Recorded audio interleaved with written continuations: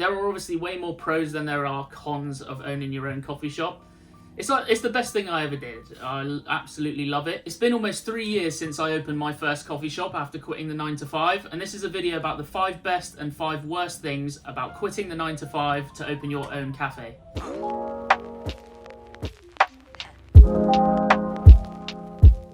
I'm going to start with the 5 best things. Coming in at number 1 is no loneliness. So I had a 9 to 5 job, which was a hybrid working model. I was working from home and in the office. And honestly, the working from home aspect was very lonely.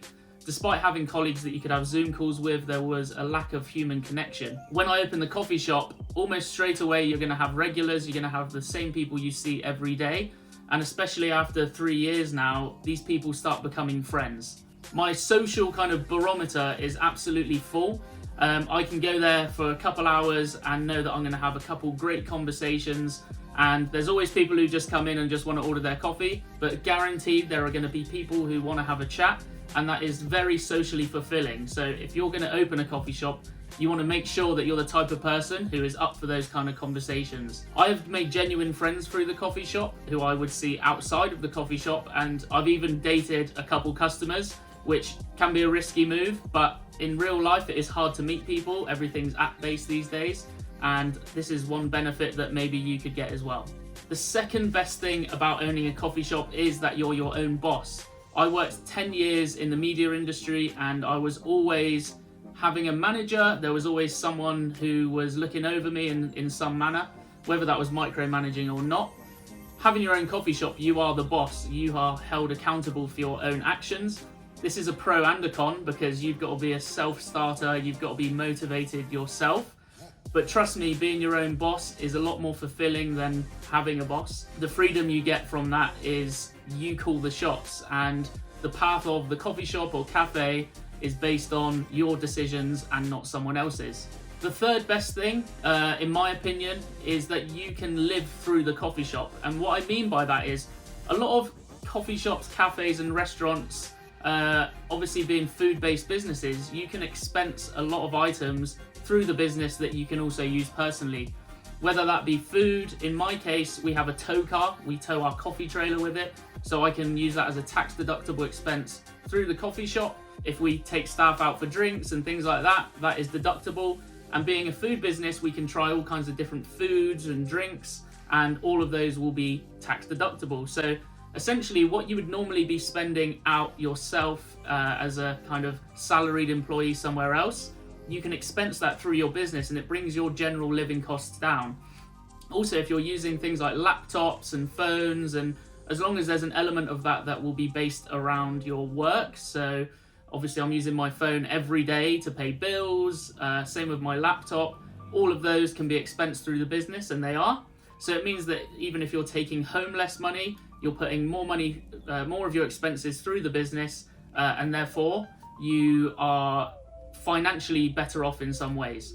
The fourth best thing about having your own cafe or coffee shop are the opportunities it opens up for you. You get to network within your industry. We're just a small coffee shop based in Southeast London, but we've already done collabs with local partners, whether that be making our own hot sauces or even just having guest roasters in. We're going to be doing wine tasting nights that we'll be partnering with different companies for. We've partnered with other alcohol brands. It's just a great way to network and widen your reach. And these are all people who are in the service-based industry. So most people who are in the service-based industry who own their own companies want to be there. It's a passion rather than just a money-making exercise. There's a lot more efficient ways of making money than putting yourself through a high-risk business like the service industry. But it's so fulfilling when you get to deal with all these people, and you just really widen your network from that perspective. I think that's one of the single best things that comes with having your own coffee shop. And also, when you're meeting all these customers, they're all from different walks of life, and they all give you advice. And often I'm looking for business advice, and there'll be people who run their own businesses in various different sectors, and everyone's got such a different perspective. And the fact I can just have a 5-minute chat with them, or even a 1-minute chat with them every morning, really opens up what you think is possible, what you think is out there, and there's just a lot more reach when it comes to having all these customers and colleagues essentially to call upon when you need advice, or you're just looking for different perspectives from other walks of life. The final element is the lifestyle. Now, it's a very tough lifestyle, especially at the beginning. You're working a lot, but when it comes to the opening hours, oftentimes you're closed relatively early. You can still have a nightlife, an evening life, a home life, an element of work-life balance. At the moment, I'm at home. The shop is staffed. I was there earlier for the morning period. But because the shop is staffed now, I have the flexibility to do other things with my day, whether that be admin, whether that be just personal things like going to the gym. Today I took myself out for lunch local to where I live, and I had the freedom and flexibility to do that. If I need to meet someone, I can plan that out relatively easily. Obviously, you've got challenges when it comes to staffing, but from a lifestyle perspective, it's great. And also, I have a cafe. So, an example, New Year's Eve, I had a bunch of friends over and we celebrated New Year's Eve at my shop. I have an alcohol license. It meant that we could have a great time and friends can come over. It's just a great lifestyle from that perspective, and it's so fulfilling. It's so personally fulfilling that there's not many other things like it. Right, moving on to the 5 worst things about running and owning your own cafe, especially after leaving the 9 to 5. So I've had this shop for almost 3 years and I haven't had a single holiday in that time. I've been on one stag do, which was just a few days, but I haven't been able to plan a long holiday. So the last time I went away properly was in 2019 actually. So it has been hard to plan holidays. There's always an element of, are staff going to be sick? Is there going to be an issue? Is a coffee machine going to break? All of those things are in the back of your head and you are kind of always on, so it's hard to plan holidays. The second worst thing about owning a coffee shop are staffing in general. So firstly, it's hard to find skilled baristas, which is okay because you can train them up. But imagine training them up takes weeks and you want them to stay after you've trained them up. In this kind of industry, people come and go and you really want them to stay as long as possible and be as happy as possible.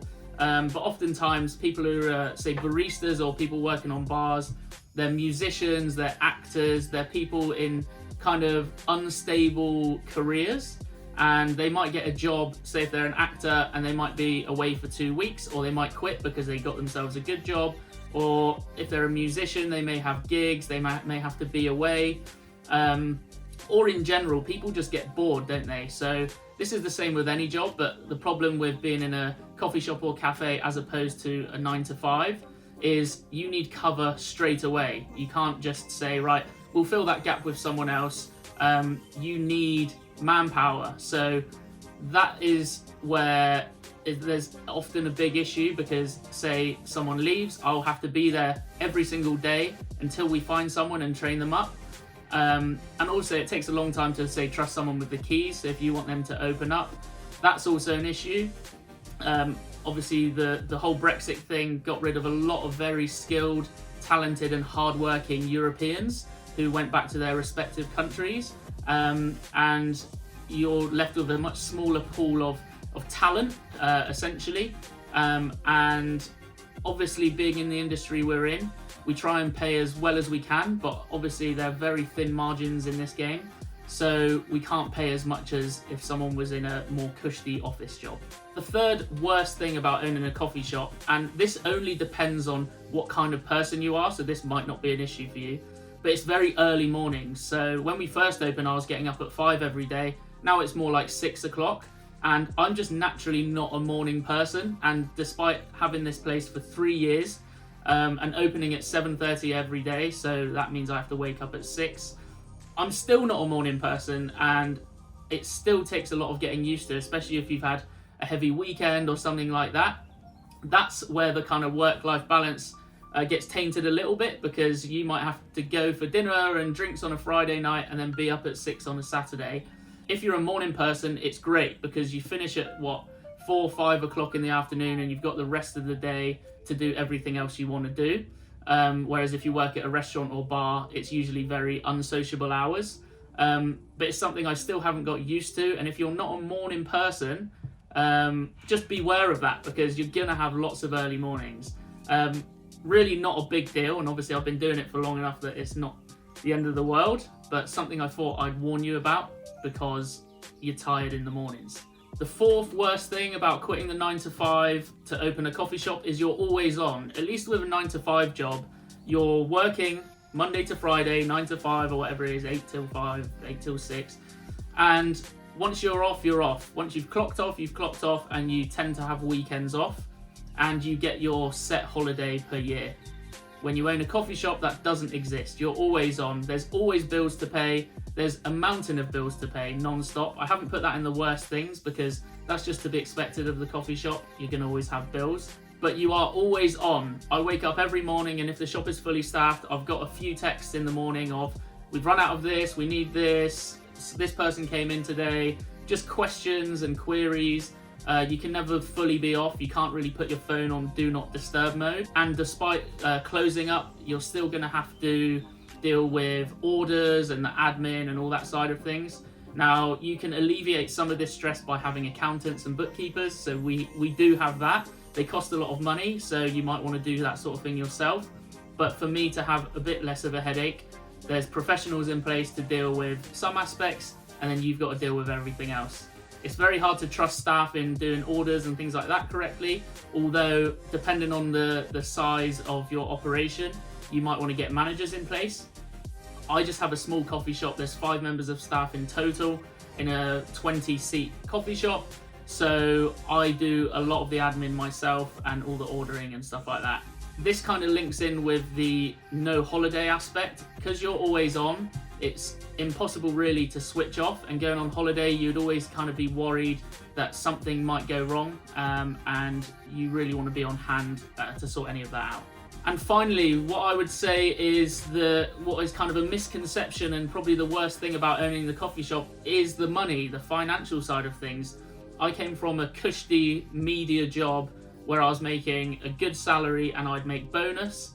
In the coffee shop, I pay myself a salary, but it's much smaller than what I was on before. Luckily, I have another business in the e-commerce space and I'm able to supplement my income with that.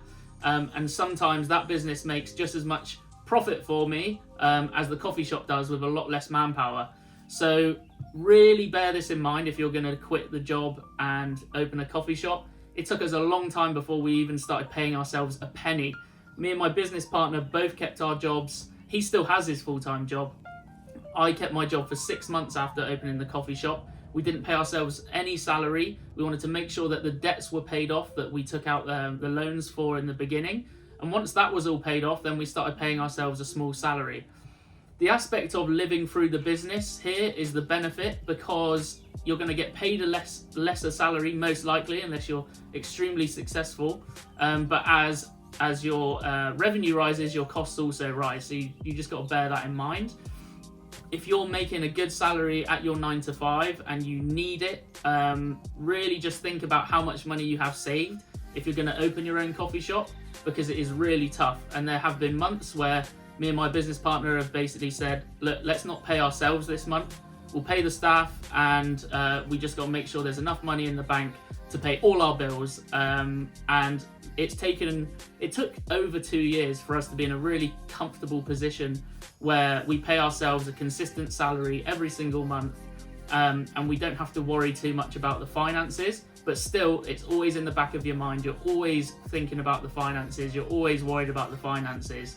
So don't think that you can just quit your job and open a cafe just like that. You're going to need a really good amount of money saved if you're going to live off just the savings until you're up and running.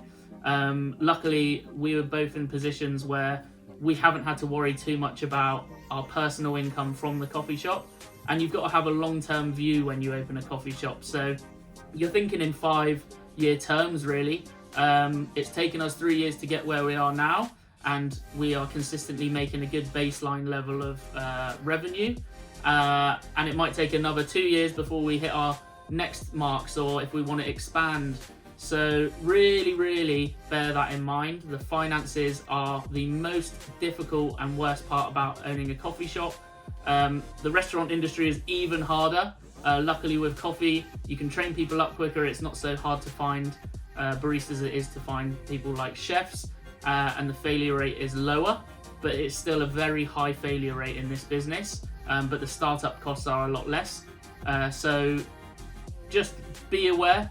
That is the thing I'd like to hammer home the most. These are my 5 best and worst things about having my own coffee shop, small coffee shop in Southeast London for the last 3 years or so. Hope you enjoyed the video. If you did, I'll make more.